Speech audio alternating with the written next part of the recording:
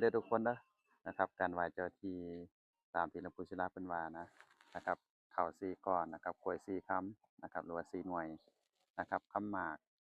นะครับจะเป็นสูตรเดียวกัน4เลย4คำนะครับยาสูบ4ม้วนนะครับดอกไม้4คู่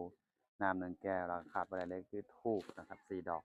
ต้องจุดนะครับธูปเนี่ยต้องจุดแล้วก็คาถาก็คืออิติสุขโต อะระหังพุทโธนะโมพุทธายะนะครับส่วนคำลาก็คือเสสังมังคลายาจามินะครับสวดบ่ได้บ่เป็นหยังเดี๋ยวลงรายละเอียดไว้ให้แล้วก็ถ้าบ่ได้อีหลีก็เป็นภาษาไทยเลยนะครับขอน้อมถวายภูมิเจ้าที่นะครับหลวงปู่เขียนว่าไหว้ทุกวันพุธหรือว่าวันที่เฮาเกิดก็ได้นะครับเอามื้อที่เฮาสะดวกแหละนะครับในบ้านก็คือไหว้ในพื้นที่บ้านถ้ามีศาลพระภูมิก็คือไหว้ตรงศาลพระภูมิได้เลยครับนะครับส่วนถ้าบ่มีพื้นที่ก็ไหว้แบบ